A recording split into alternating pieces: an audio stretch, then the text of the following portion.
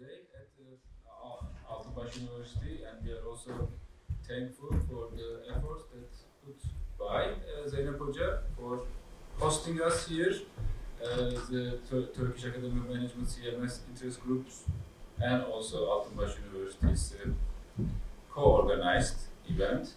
So Patrizia is going to talk like algorithmic platforms. Yes. She is going to have 45 minutes. Yeah, I mean, she can talk a lot. We can listen as much as you talk, but for time management, 45 minutes. You can tell me. Q&A. Presentation is going to be recorded. Q&A is not going to be recorded. So, floor is yours. Once again, thank you. Thank you, Ozan, so much, and thank you, Altınbaş University, Zeynep, to have me. A little bit also last minute or very short preparation time and planning. And thank you for being here. I hope what I'm going to tell you today is of interest to your own work, and then we have some time for questions. And the questions can be even further than this work. If you have any question for me, I will be very happy to answer them. I'm going to present today my work on platforms mainly, and my work on differences in platforms. And this is one of the aspects that I would like to develop more. I'm about to go on a short sabbatical of a few months until September because I need to put together a book proposal, and I'm very hesitant about it because I've never done it.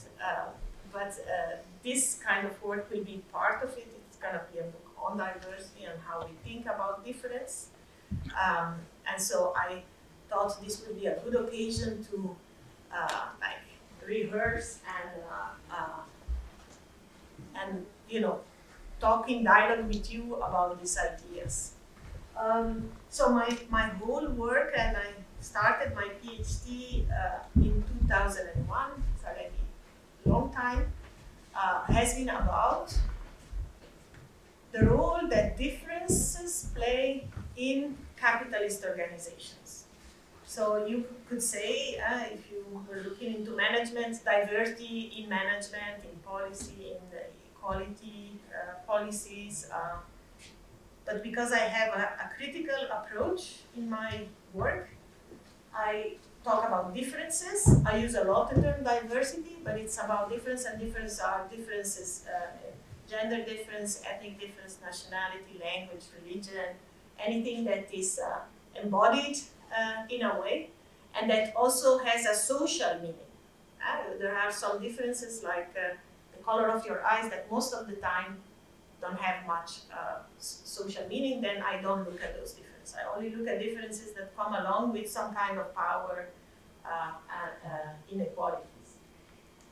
So differences is that, and in a capitalist economy. So my whole analysis doesn't just examine differences as such, but rather tries to understand what role do these differences play within organizations that are capitalistic, because they produce goods and services that are not meant for the consumption of the people that produce them, but are meant for a market, and where people actually work for a wage.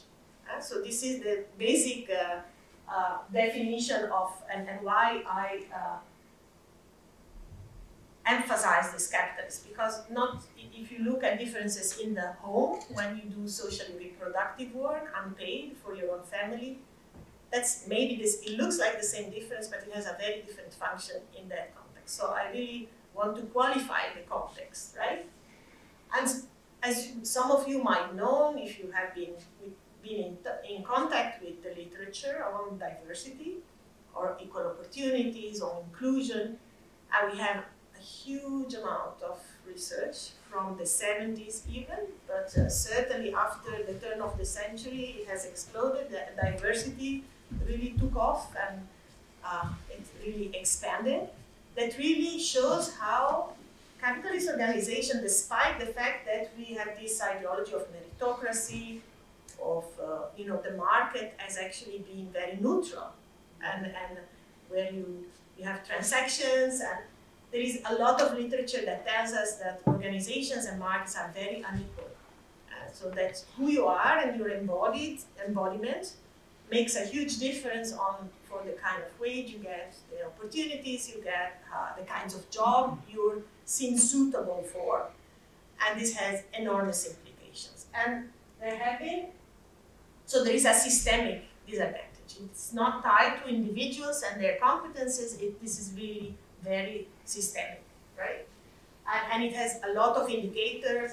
You have vertical segregation. There are the classics indicators of this inequality.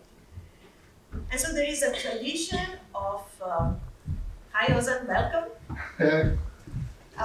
There is a long tradition of research that has attempted not to locate the difference in the individuals that are then discriminated or disadvantaged, but it sees difference as a principle of organizing. And this is a literature that starts in the 80s. And here are a few women. There is one that you cannot see, that is Karen Ashcraft, who's very, very renowned scholar. That is Yvonne Benson in the Netherlands, Stella Nkomo in South Africa, and John Acker, and Cynthia Cockburn, John Acker in the US, and Cynthia Cockburn is in the States. And they have really developed theoretically this idea that difference is not in the body of the person, but difference is a way of thinking how to organize. So that from the very moment you organize work, you already start from the ideas you have about, which tasks belong together and who is the ideal worker for those tasks, for that job. And so it's very systemic, and this is a paradigmatic shift rather than thinking of discrimination, for example, where it's all about interpersonal contacts, and then you treat me differently than you treat somebody else, and this is maybe illegal or unjust, and then you have the law that prevents you. There, the whole problem is in those kind of social psychological explanations, the problem is located in the maps that people hold in their head, in the interaction, and they behave in a certain way based on those assumptions. And so all the policies then become convincing them or retraining them about changing their cognitive maps.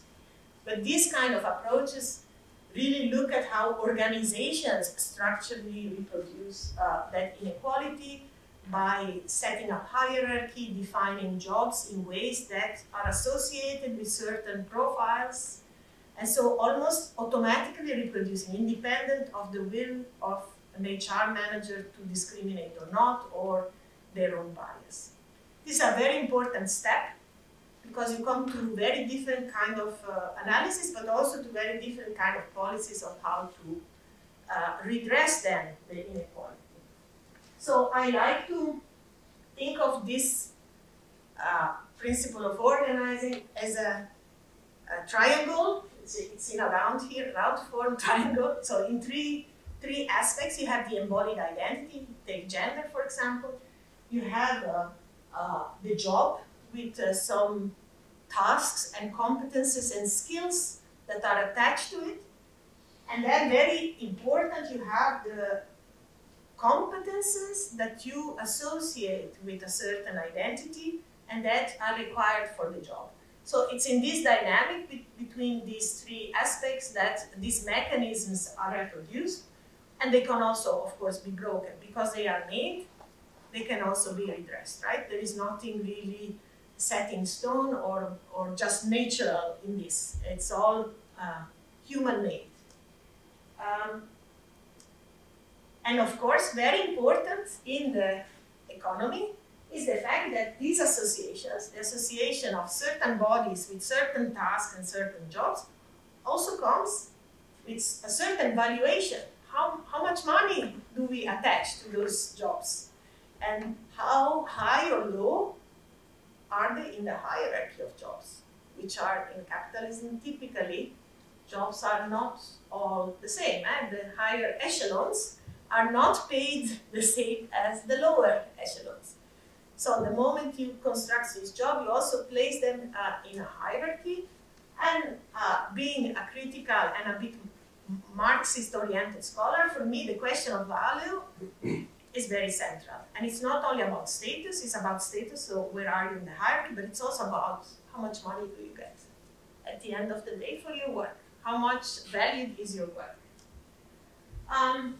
And the contradiction, I work a lot with the term diversity, and I had big fights with my critical colleagues who were there before me, above all in the UK.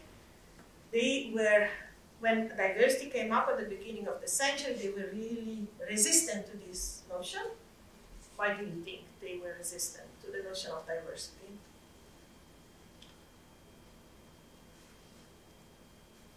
Do you have an idea?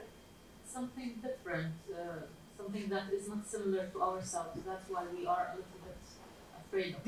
This is the reaction of, let's say, those who are in power, and the difference is considered less valuable, and so also sometimes a bit threatening. But my conflict was with the critical scholars that were working on differences. And they were all promoting equal opportunities. They were saying, and they have definitely a point, that this introduction from America of the notion of diversity was really... it's merit-based most of the time. Yeah, so yeah, they want to actually, for those who are actually... Yeah, it's very on business... top of the merit, they want to protect their privileges. It's diversity, and they were pleading for equal opportunities, for legislation, anti-discrimination in the law. And then diversity came and said, actually we can do business with these different people. They have good qualities and competences for the jobs. They can be valuable. They can be valuable because if they're women, they have soft skills and they are accurate. And if they're men, they're strong. And if they are maybe have a certain background, they can attract customers from their own communities. So for the first time, there was a narrative of differences are not just something you have to contain and the law obliges you to treat equally, which was a constraint for companies. You cannot choose, you cannot discriminate. So it was an obligation, right, to comply with the law. For the first time, this was the Reagan era, the 80s actually, in full neoliberal explosion. It was like, for the first time, they realized lots of immigrants, lots of women ready to enter the labor market, and they developed a very instrumental business narrative of these differences will be good for business. And so all my colleagues, who are critical, they were really against this. They said, you make people instrumental, this is capitalism, and of course I agree with that. But then I thought, this notion helps much more than equal opportunities to show the value of people and possibly to reclaim the value from capital as workers. If I'm so valuable for you because I have certain skills, then I want to be paid more. That can also be a struggle that you can try to do, right? So I was a little bit more optimistic, not in say about the diversity, but about analytically about the possibility of then reclaiming value once capital tells you that you are valuable. This has been my thinking, and a lot of my work has been about these struggles about identity and then value. So in a way, theoretically integrating a class dimension in the relationship between the employer and a diverse labor, actually, or workforce. Treating them as workers, but of course as workers that are not treated the same in that employment relationship. And then some years ago, when the technology has been evolving very rapidly, forever. I mean, I had my first laptop when I was 20, and I was a pioneer back then. We are 30 years later, approximately, and technology has been really, and we are more and more dealing with digital technologies. And at some point, I realized that if you want to understand and theorize the relationship between a diverse workforce and employers from a critical perspective, it will be almost impossible not to talk about the technology that is shaping that relationship.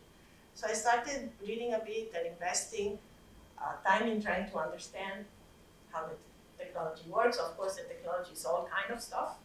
And I'm doing also a little bit different things, but this is a bit my reasoning in the back. How, if we start from a position where these differences are a principle of organizing unequally in organizations, how will digital technology change that principle of organizing? Will it introduce another principle of organizing, and will it suppress the differences, or will it make it bigger? What happens, right? And today I am presenting part of my work. Yesterday I presented another part. But if we look at the press, in the newspapers, what is often said about discrimination and technology, algorithmic technology, it's all often negative. You see the scandals, for example, of Facebook advertising. I don't know if you've heard about this.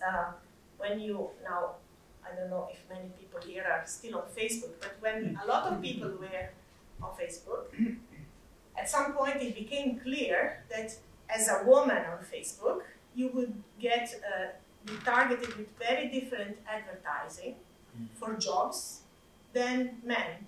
So women would get much less advertising about top jobs, for example, which really shows how the algorithm reproduces the inequality, because in the past, because the algorithm basically learns from the past, and the past is a past where women were heavily underrepresented, and still they are today, but the algorithm really reproduces that pattern, and therefore offers women much less interesting and high-paying jobs than men. So if you see in the press in the last 10 years, for example, and this has happened also with Google's, also with the big tech companies that always profile themselves as very liberal and very, equal opportunities, etc., until the algorithms come up, and then they show that it really discriminates. And it discriminates basically, yes? You have a question? No? It discriminates even if they take out gender from their data. Do you know why it discriminates? You have been reading on AI, but maybe somebody else also. So they have all this data about their members that are on Facebook, and they take out of the calculation, they take gender out. So it's not that they proactively discriminate. They take gender out, but why would the algorithm still reproduce the inequality? Do you have any idea? Coded bias. Maybe the people who cause the bias. That's also part of it, but it's not the main cause. The data they collect is really... So basically the gender variable correlates so much with so many other variables that even when you take it out, the computer understands that you're a woman because of your surfing behavior, because of your age. I mean, they can deduct after a few weeks of monitoring your behavior online, they can exactly deduct which profile you have. Mm-hmm. Because I look at very different things than a male person that is younger and that doesn't have kids and that is not in Belgium. I mean, key demographics are very easily, if you cross the data, you understand, and the machine understands. The machine looks only for patterns. And even if you take gender out, these patterns are very clear. Depending on who we are, we have another behavior with the internet. Okay? So, but what I wanted to say in the when I look at this, then you are very pessimistic about the possibility that algorithms can change. And much of the discussions about algorithm and bias are about this. So you have all this data that is scraped and collected everywhere, that is, of course, comes from the past. And anything that comes from the past is not very equal. So anything that calculates and reproduces the past, what the machine always does, is very difficult, that it creates new chances if the chances were not there in the past. Now, they are looking at techniques to avoid this, but it's not very intuitive that if the past is unequal, the machine learning from the patterns will produce equality. Very difficult. But this is also a case where the data is all scattered, right, in the internet. So it's an open system where all this data is looked everywhere. And I think in work environments, this is not always the case. When you select, maybe you go into the internet. But when you organize your company and collect the data within the company, you don't have this problem. I mean, you can control much more the kind of data that you put into the machine and the algorithm. You don't just reproduce patterns that are out there in society globally. And there I thought, okay, we need perhaps to look at what actually happens in organizations about this digital data. And what really struck me is, and I'm thinking here about a few years back, when the platform economy, which really relies very heavily on data, but not data from the internet, it collects its own data and then algorithmically processes it to have some output. But when I started to think, you know, the platform economy at the time was the new way of organizing through algorithms, and I thought, what happens there with differences? Huh?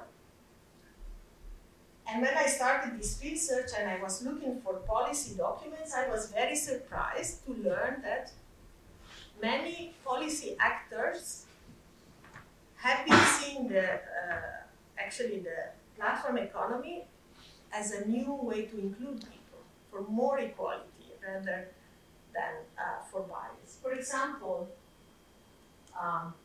the European Commission, this is, of course, it's 8 years ago, I mean, it's a while ago, and now the platform economy is much more developed, but it's not super old either, right? So the European Commission promoted initially the platform economy as a way to include more people into the labor market. The platform economy had projections of very high growth at a time where the European economy was not growing at all. There were a lot of capital injection, but also there was a promise in that platform economy that people that normally are excluded from the labor market would be included because of this way of organizing work. So you see here new employment opportunities, activating people. Everybody needs to work to be a good citizen. So all these people taking care of their children or taking care of their parents, or staying parked at home or not being able to commute, they might finally be able to generate economic value through the platform economy, which is spatially and temporally more dispersed and flexible than linear employment, the standard employment relationship. So in this way, they become economically active. This is really one of the priorities of the European Union, of course. We are societies where if you want to be a full citizen, a good citizen, you need to be active on the labor market in some way. But even trade unions, and here I'm talking about IG Metall. IG Metall is the biggest, I would say the most powerful union in Europe. It's the metal heavy industry German union. Even they bought into this kind of narrative of the promise of the platform economy. This is a document of 2017 where they say, offer economic opportunities that maybe would not be there if the platform economy was there. For workers with responsibilities, not to say women, workers with responsibility that prevent them from leaving the home. In rural areas, that's also something for people outside the big centers where the jobs are, workers with disabilities. You see here, when I, as a diversity scholar, when I read this, I really see diversity, right? I mean, they are really targeting all these groups that are classically part of diversity and equality policies. And even, interestingly, workers in developing countries. So, of course, the remoteness of, and this is also what's happening, right? Giving also jobs to people that are in the global south or in the periphery or in, not in the high income economy, which they still call developing, or although they put quote unquote, right? By working online. So then the question becomes, okay, if this is the promise, and these are the target groups, which are the traditional diversity groups, how does this happen? What exactly happens? And so I will present two papers very briefly, because I probably am already. I have published a few things since I think the first one is in 2018, and the last one came out just last month. So I will present the two last. This is a book chapter, and the second one is an article. And in this one, I work with Harry Pitts. I forgot to put his picture, but I think he's very famous, so he doesn't need pictures. He's in the UK. And this is about trying to theorize really what happens with this diverse workforce that enters the labor market through the platform economy. And here I went down to the very basics and start thinking about, these workers as labor and what is different between them and classical labor. So basically, the platform economy relies on the labor of the crowd. The crowd is us. I mean, it's anybody, actually. The crowd is anybody. It's a very ill-defined, anonymous group out there. And the platform mediates for the first time the relationship between individuals in this crowd and the employer. And what is, before even starting to think about what difference plays, which role difference plays, we need to understand that work, our understanding of work is completely redefined in this type of economy, because work is actually reconfigured or changed into a set of gigs, a set of tasks. There are some tasks that are larger. Gigs is normally used for the very short and easy task, like delivering food somewhere. But in general, you make work into tasks that you then pay for on the market and the digital, in a digital mediated transaction. So you don't have a long, durable employment relation anymore. You have relationships with individuals out of the crowd and the employer or the commissioner of the task, which are very limited in time, mediated by the technology, and they stops, and then you get a reward for that single task. Okay. And so, I mean, it's very different from an employer that hires you, selects you, keeps you, rewards you more if you're loyal, if you stay. Totally different ways of controlling you, because they're not your employer, actually. So they need to give you stimuli to come to the work when they need you, and not to give you any stimuli when they don't need you. So they might pay a little bit more when there is a lot of demand of something, etc. So very different from anything we have seen before, right? Now, how does this relate to these differences? Well, my my hypothesis is that in as far as the technology disembeds the work from the worker, from the embodied worker, it has an equalizing effect. So because a lot of the inequalities are expressed in relationship when people see who you are, in as far as the machine hides who I am, there is a potential to increase equality, because the receiving part doesn't see who I am. So just looks at my work, and if you just look at my work, you know that it's the best work ever, so you reward me very well. So, and we also see, for example, well, this is the technical part of it. Because there is here no scraping of data, there is no reproduction of existing patterns, in as far as the technology hides you behind a set of indicators that are neutral in terms of difference, then the value is more based on, you know, how you score on those indicators. And there I see really a possibility to emancipate some subordinate groups in society, because the technology in that sense makes labor more homogeneous by hiding stuff, by disembedding you from the social relations, from the social identities. And this is the good stuff, and not many people are talking about this, because it's easier to say that technology will reproduce bias and more sensational. But if, I think, you know, I don't know if you know, like how selection proves of musicians, that's a historical case, right? So in orchestras, there were never women, because in the selections, all these commissions were men, and the women came, they played, and then they chose the men. Until somebody had the idea to put a curtain between the commission and the musician.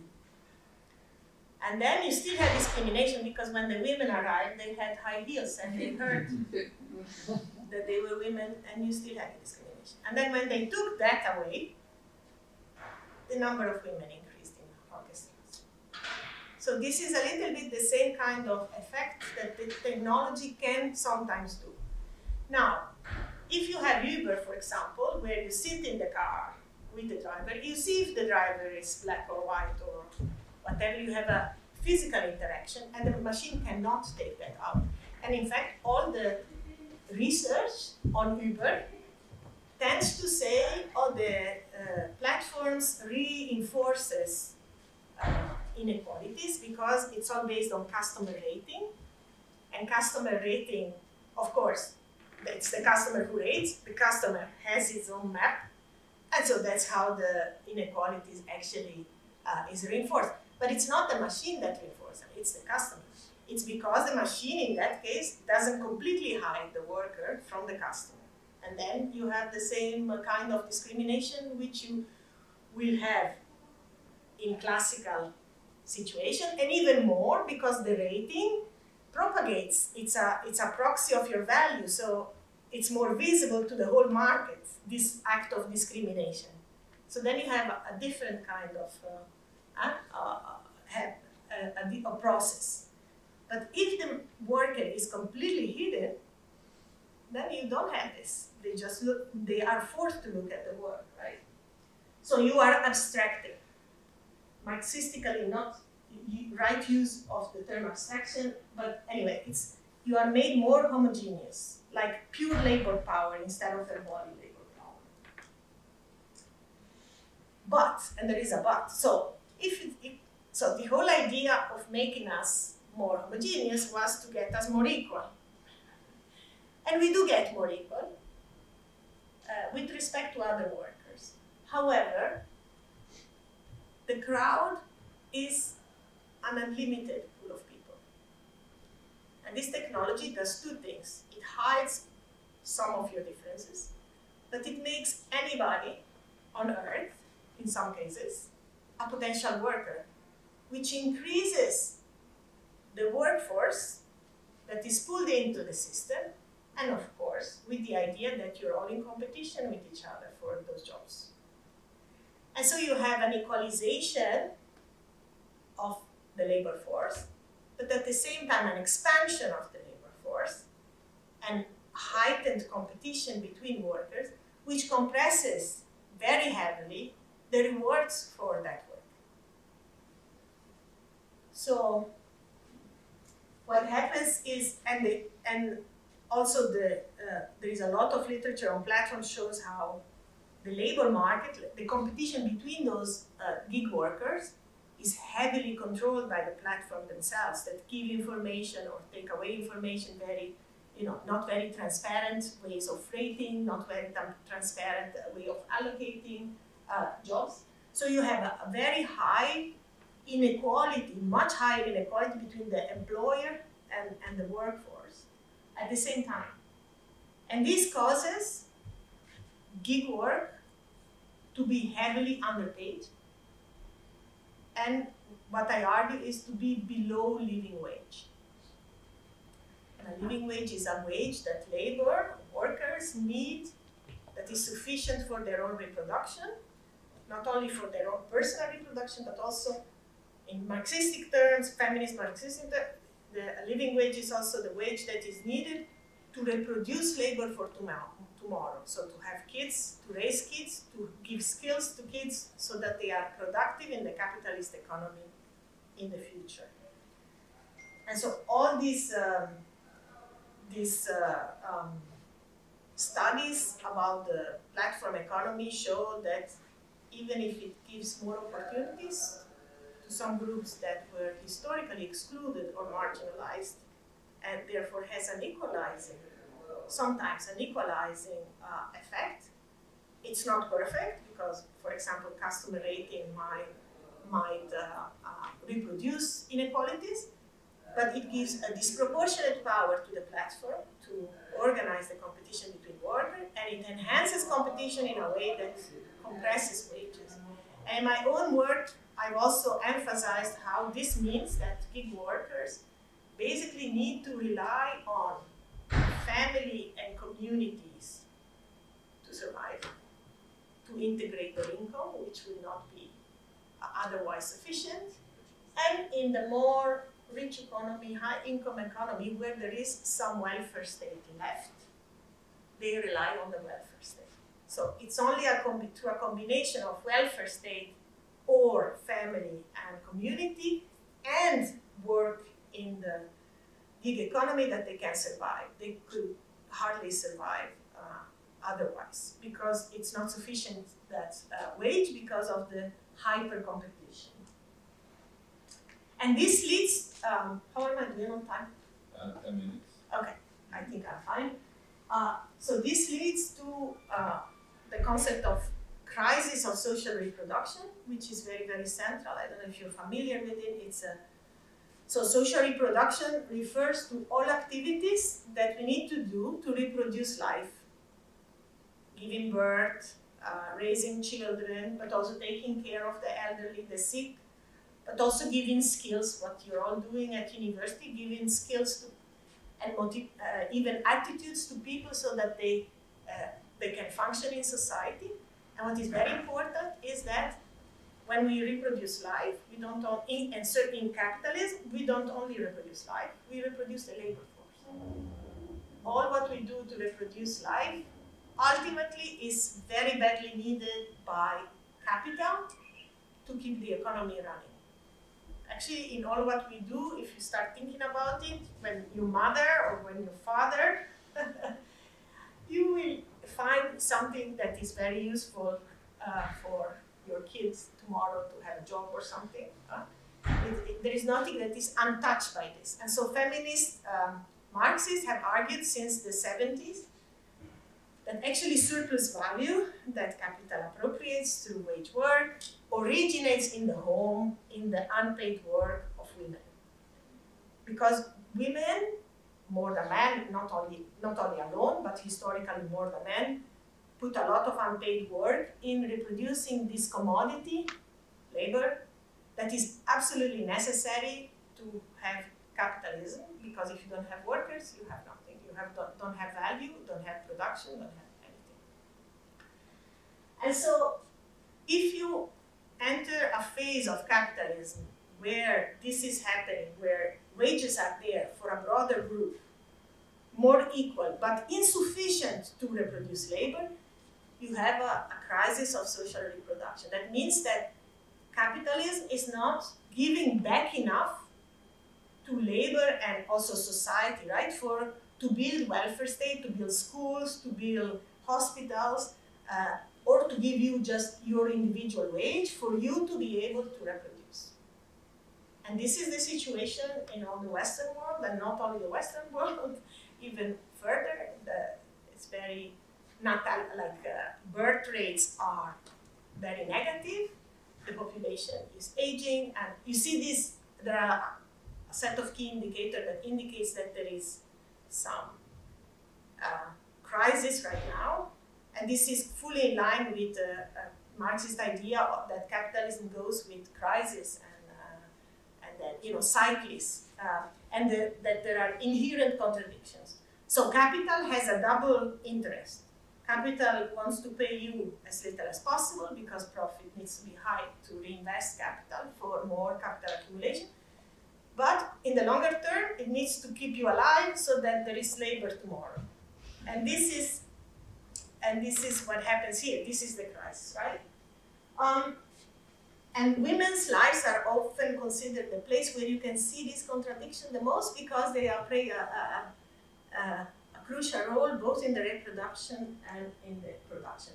And so I will briefly just say something about this study that I conducted in the last few months with Ivana Pais from Milan, who's an expert on platform economy, and she contacted me because she had nice Italian data,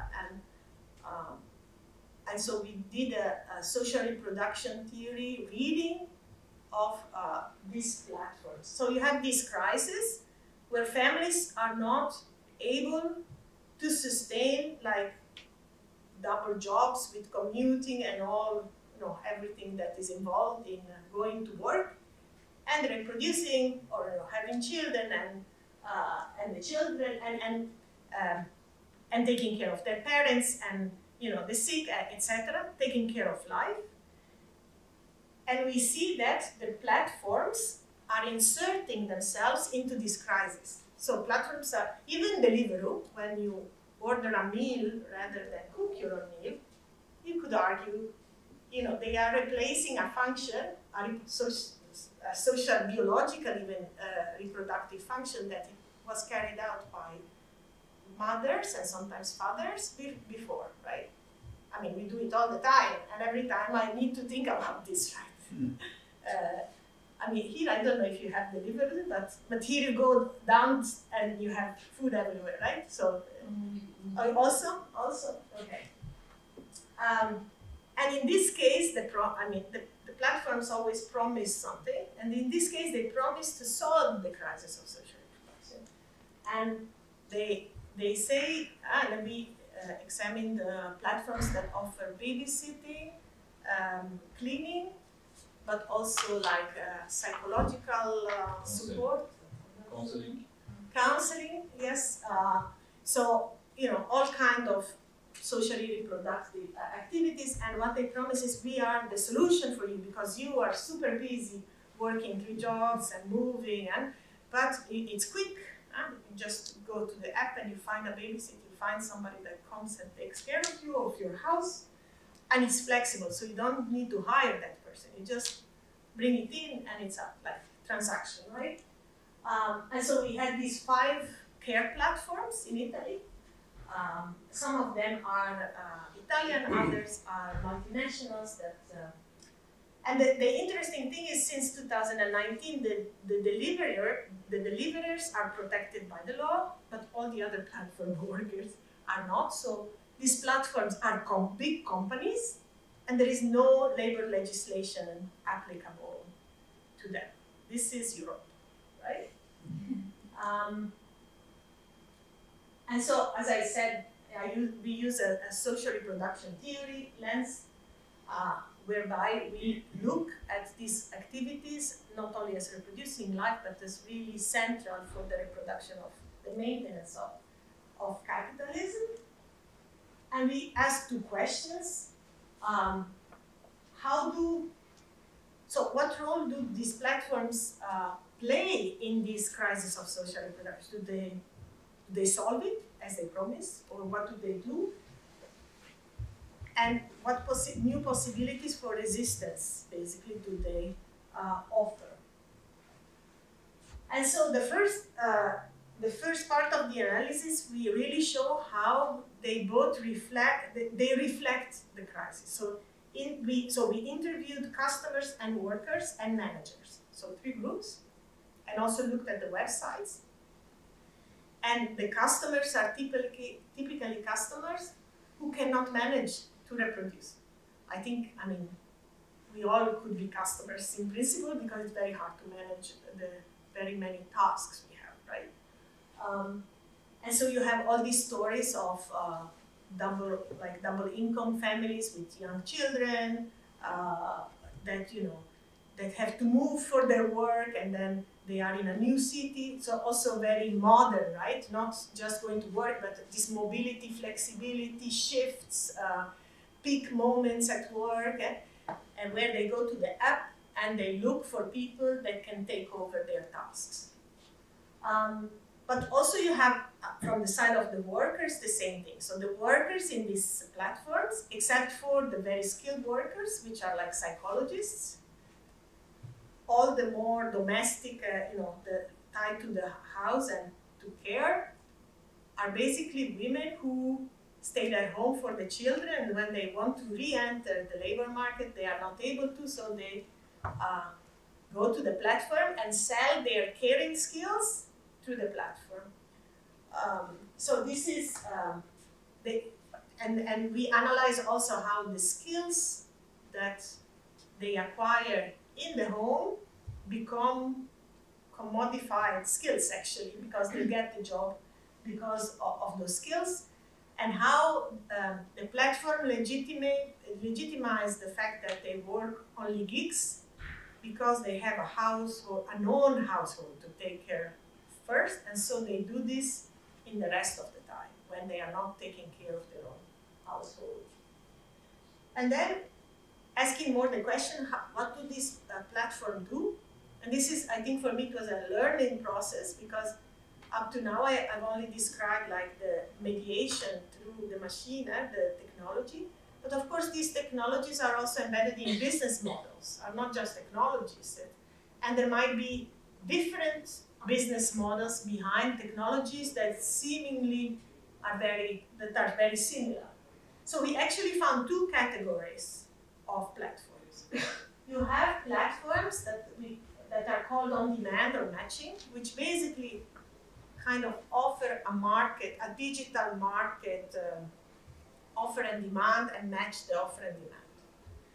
And in this case, what they do is they reproduce the crisis of social reproduction. They deepen it because they build on the informal work of care that was always done in the informal market, basically. I mean, you had people clean your house in the informal market, or babysitter taking care of your children for forever, not only yesterday.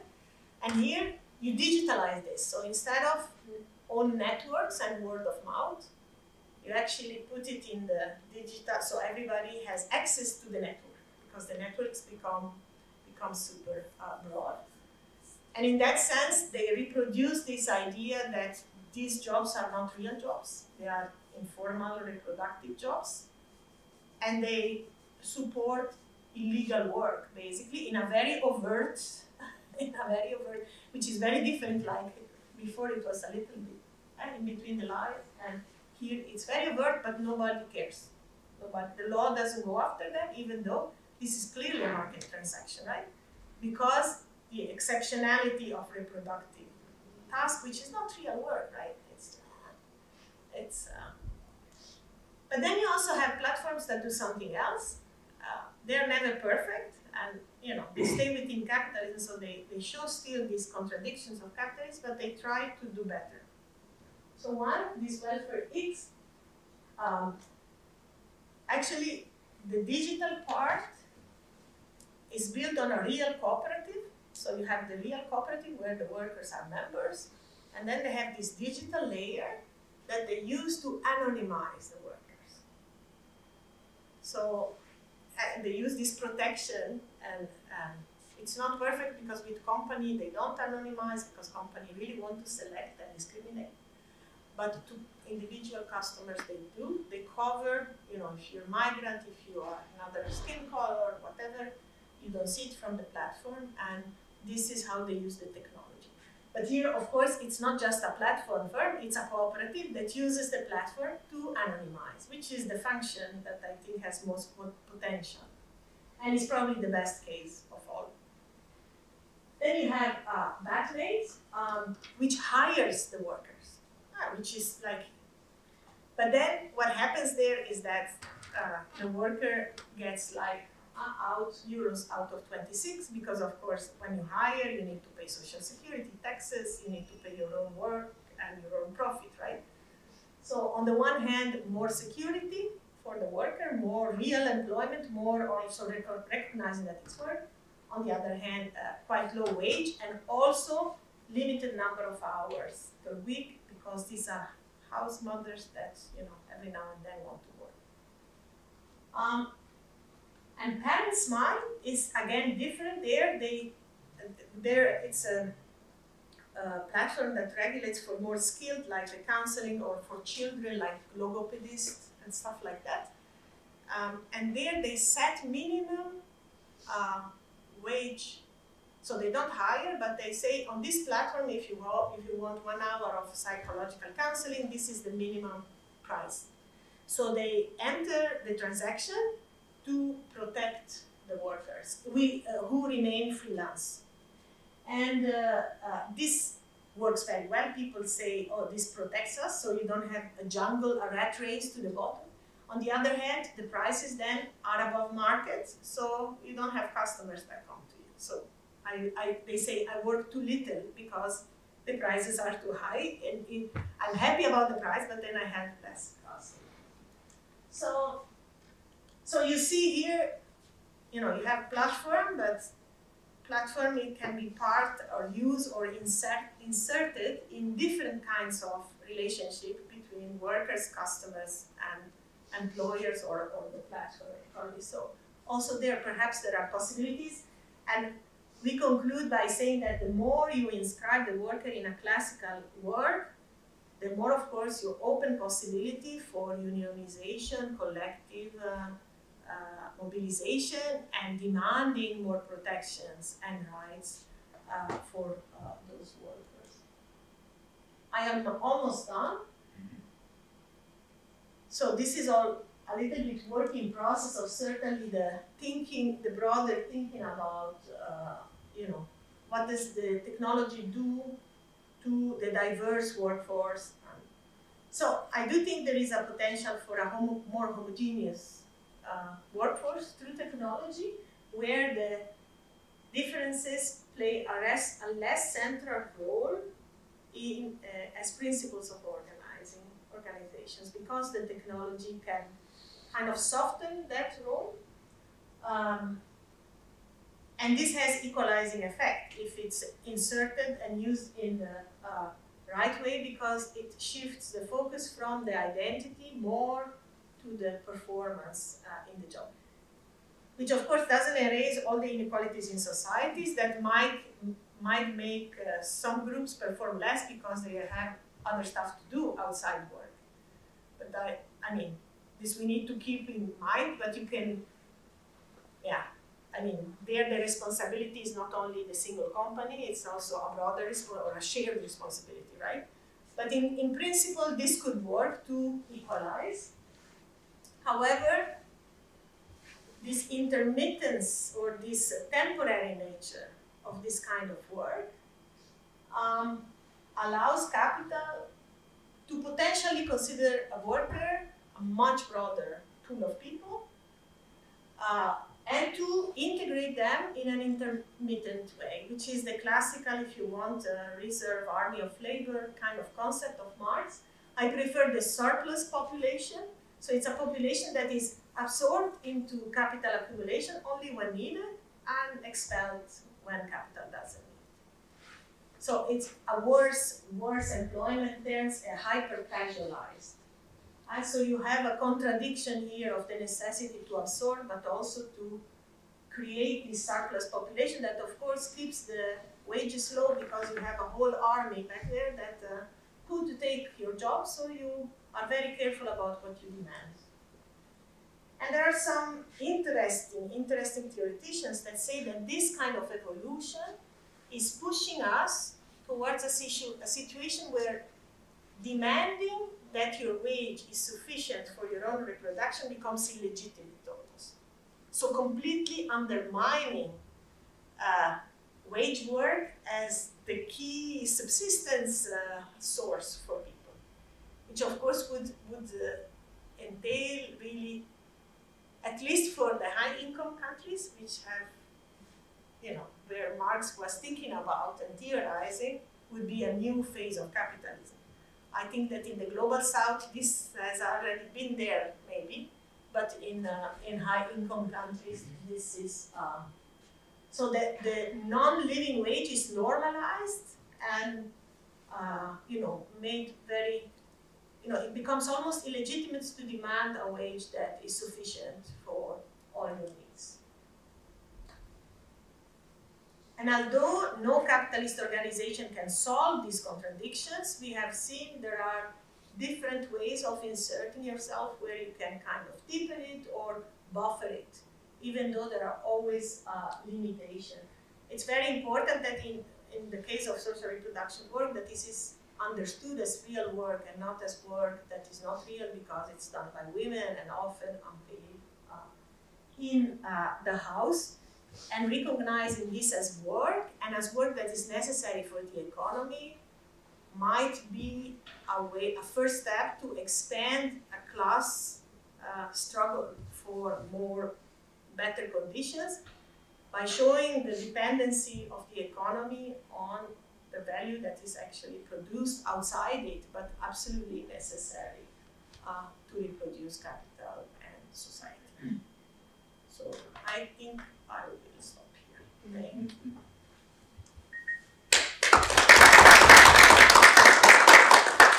Thank you, Patrizia. Because everyone was following intensely, so I didn't want to intervene. We are like a bit 10 minutes over time, but I think Turkish and Italian standard is okay, right? Yeah, it's okay. 10 minutes is yeah. It's nothing. Nothing. Yes. Thank you very much. And before we move on to Q&A, we have a little gift for you as a memory for this Thank visit. you. Our dear Remziye will present it.